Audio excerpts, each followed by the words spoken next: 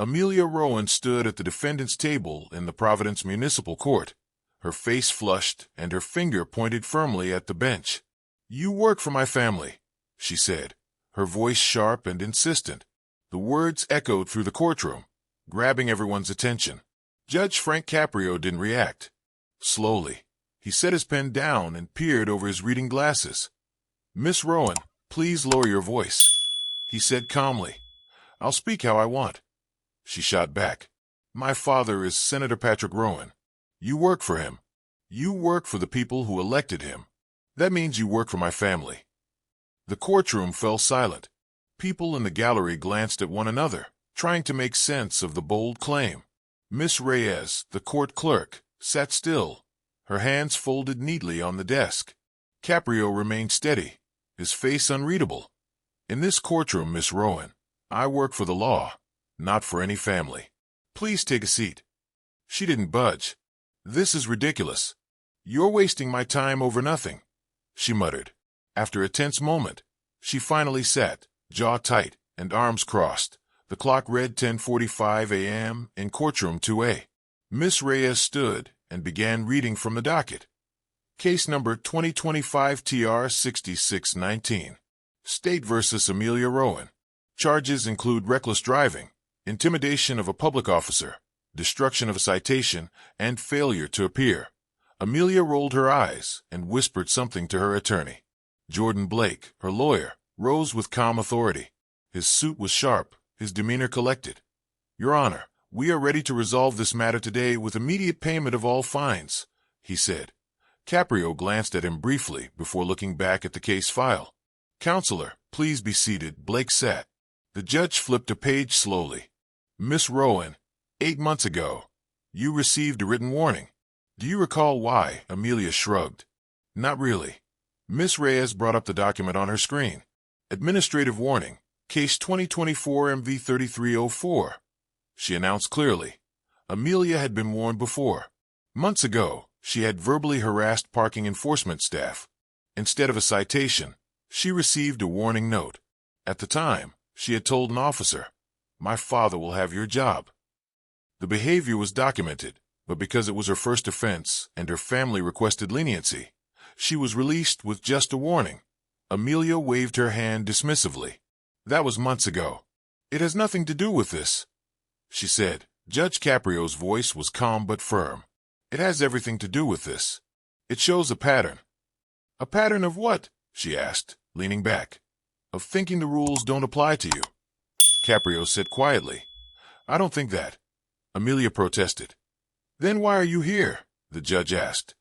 "Because some cop decided to make an example out of me," she muttered. Caprio closed the file folder slowly. "We'll see." Amelia turned to her lawyer and whispered loud enough for the courtroom to hear. "This is ridiculous. My dad funds half the state. One phone call and this disappears." Caprio didn't react. He simply turned to Miss Reyes. "What's the evidence?" Miss Reyes began reading from the docket. Body cam footage from Officer Elena Cruz. Security video from the cafe parking lot. Text messages sent by the defendant. Voicemail from Senator Rowan's aide. Email from the Senate office. Witness statement from Margaret Doyle. Amelia let out a sharp laugh. "You're really doing all this over a traffic stop?" "Over your behavior during a traffic stop," Caprio corrected gently. "And what happened afterward?" "Nothing happened," she replied. "Officer Cruz, please step forward," the judge said. Officer Elena Cruz, calm and professional in her late 30s, walked to the witness stand. She carried a small notebook but kept it closed. "Officer Cruz," Caprio began, "please tell the court what you observed on February 9th. Cruz nodded, ready to give her account. "I was monitoring traffic near the corner of Hope and Angel Street." Officer Elena Cruz began. "It was mid-morning, around 10 a.m.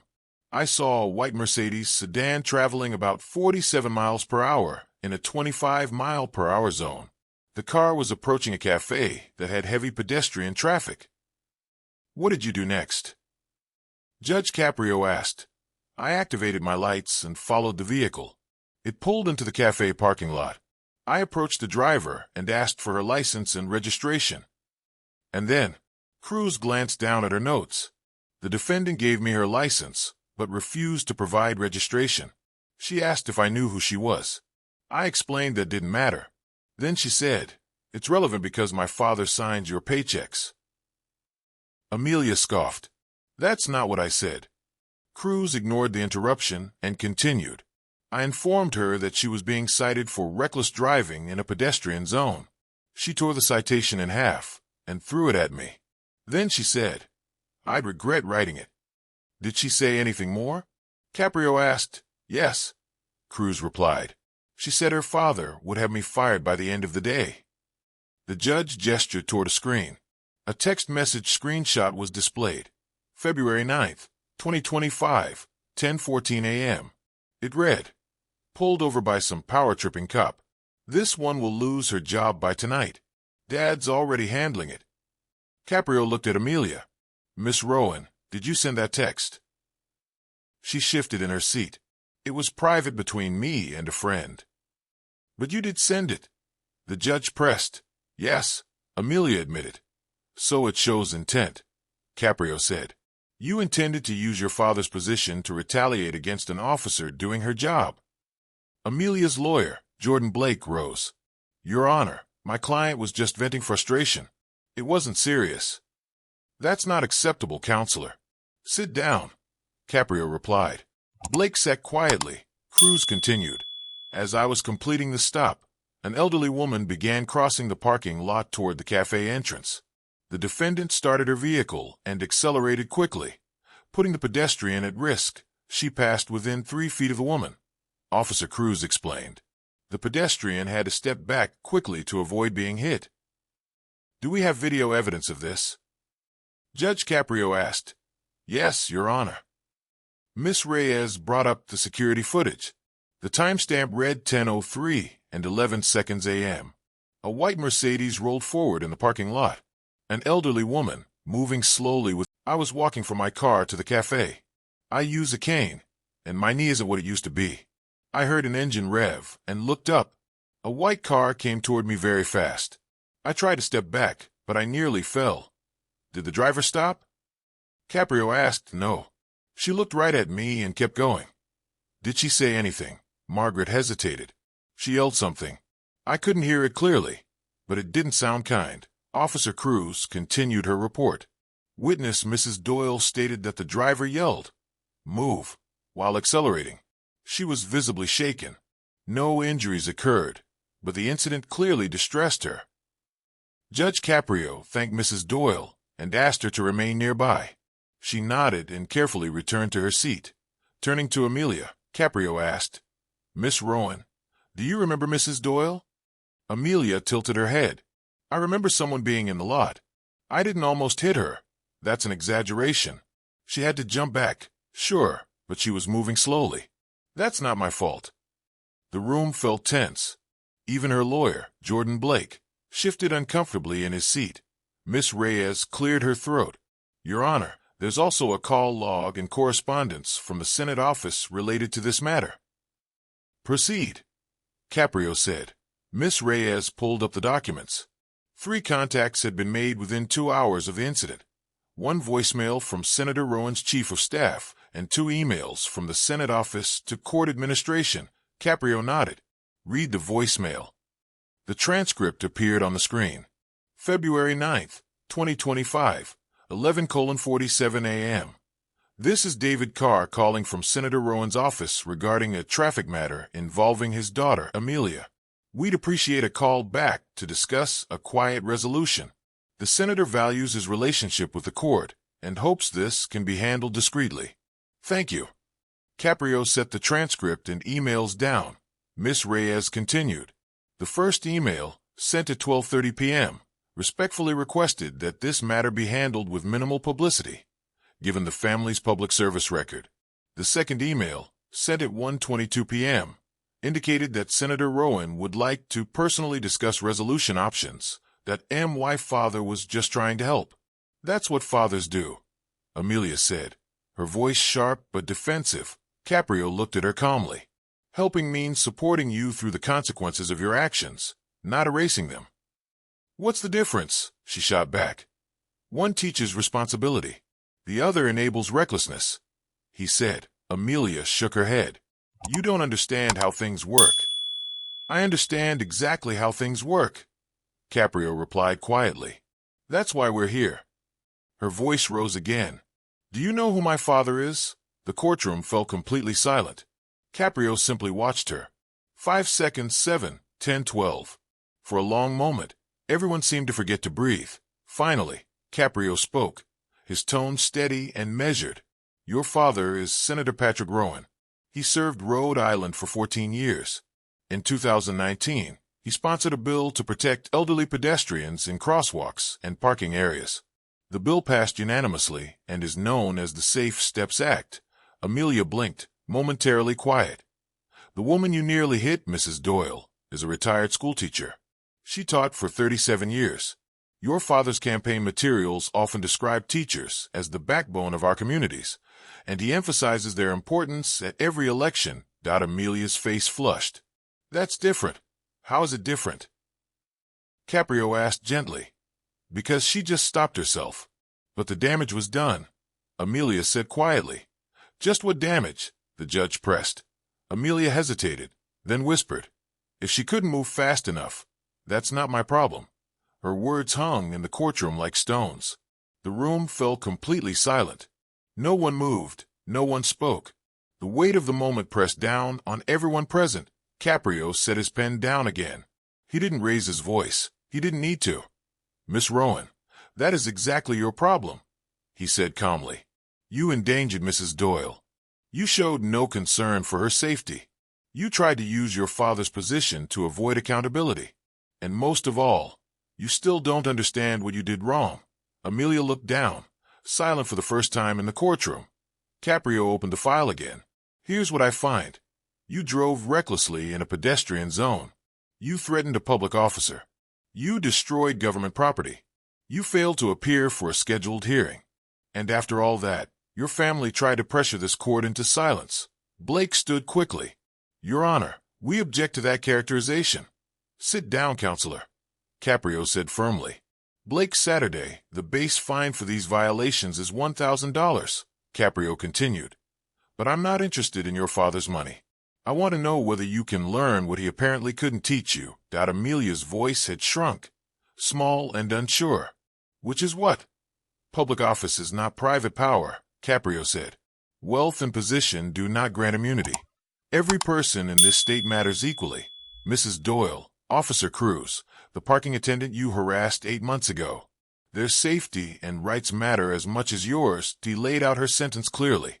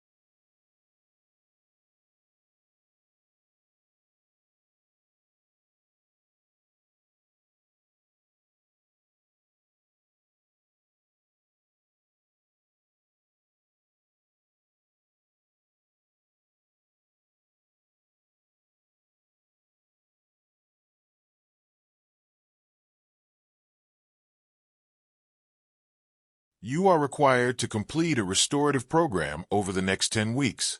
This includes handwritten apologies to Officer Cruz and Mrs. Doyle, 120 hours of service helping elderly Rhode Islanders with mobility, and Independence 2 public service announcement recordings completion of an ethics course titled Public Office Isn't Private Power, an 800 to 1,000 word reflection on accountability and the lessons learned. This program is designed to give you a real understanding of responsibility and consequences, Caprio said firmly. You will complete it in full, on time, and with sincerity. Amelia sat silently, the weight of the judgment settling over her. The courtroom had shifted from tension to reflection. Caprio's words left no room for misunderstanding. Public office, privilege, or family connections could never replace personal accountability. You'll produce 2 public service announcements, Caprio said. You'll take an ethics course, and you'll write a detailed reflection on what accountability truly means. Amelia stared at him. And if I do all that, half the fine will be suspended? If you don't, the full amount applies, plus additional penalties, Caprio replied calmly. This is insane, Amelia muttered. No, he said firmly.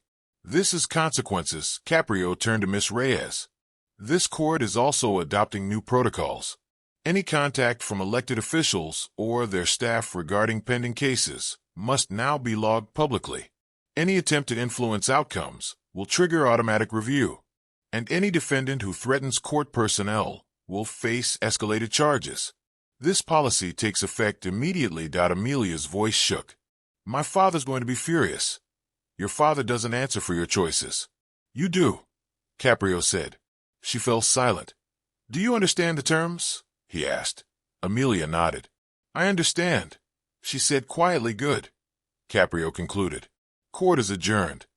The gavel came down softly, signaling the end of the session. The first week of compliance felt like a battle. Amelia began by submitting a handwritten apology to Officer Cruz, but Miss Reyes rejected it within hours. The note was only 4 sentences long and included the line, I'm sorry if you felt threatened. The second version wasn't much better. Miss Reyes returned it again with a note. Acknowledge what you did. Don't apologize for someone else's feelings. The third draft took Amelia 2 full days. She rewrote it 11 times before it was finally approved. When it was, she felt exhausted and something close to shame. The service hours proved even more challenging. On a cold Tuesday morning, Amelia reported to the Rhode Island Elderly Independence Program, stepping into a world very different from her own.